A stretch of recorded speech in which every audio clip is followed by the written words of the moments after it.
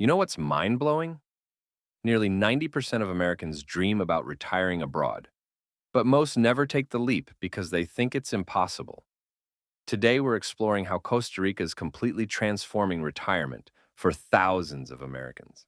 That's fascinating, especially when you consider that healthcare alone costs 40 to 70% less there than in the US. But I imagine there's more to the story than just saving money. Oh, there's so much more. What really caught my attention was how retirees report dramatically better health outcomes. We're talking lower blood pressure, better sleep, reduced medication needs, and it's not just the healthcare system, it's the entire lifestyle. Well, that makes sense when you think about their cultural foundation. I mean, this is the country that literally abolished its military in 1948 to invest in healthcare and education instead. And you know what's really interesting about that decision? It completely shaped their national character. Instead of spending on defense, they built this incredible hybrid healthcare system where retirees can access both public and private care. Hmm. But I have to wonder, what's the catch? There must be some significant challenges to making this work. That's exactly where the book gets really practical. It lays out this fascinating formula for success. And here's what's surprising: the retirees who struggle aren't the ones with less money, they're the ones who rush in without following the system. Like that case study they shared about the retiree who lost their entire savings on a fraudulent property deal because they skipped legal representation to save money. Right.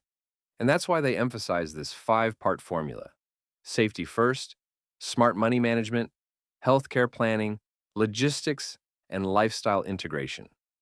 But here's what's really interesting: the successful retirees aren't necessarily wealthy, they're just methodical. That reminds me of the story about Kate, who almost bought that beach house immediately but decided to rent first. Thank goodness she did. Turned out the whole area flooded during rainy season. And that's such a perfect example of why their rent first rule is so crucial. You know what's wild?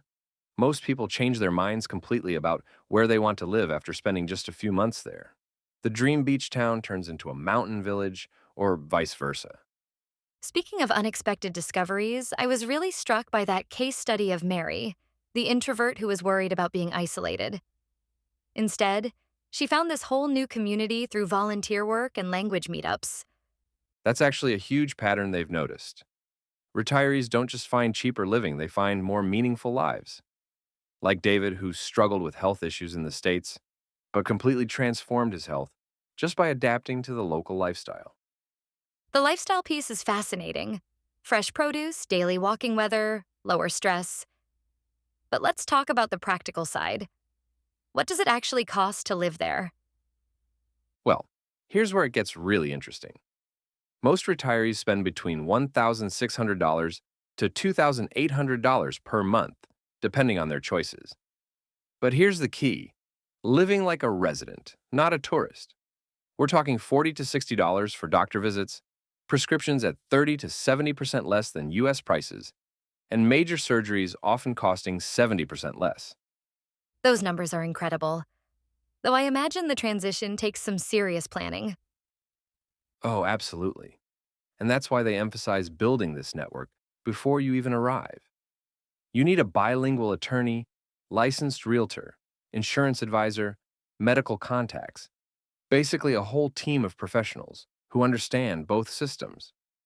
The healthcare system particularly interests me. How exactly does this hybrid public private setup work?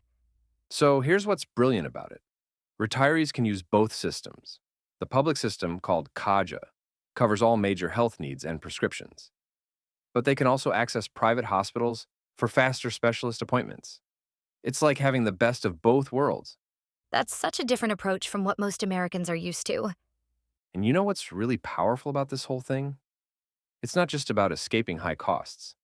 It's about reimagining what retirement can be. People move there thinking they're just adding years to their life, but they end up adding life to their years. Though I imagine the language barrier must be challenging for some people. Well, that's another myth they bust. You don't need to be fluent, but learning basic Spanish makes a huge difference. They recommend learning just 10 words a day, which adds up surprisingly fast when you're using them in daily life.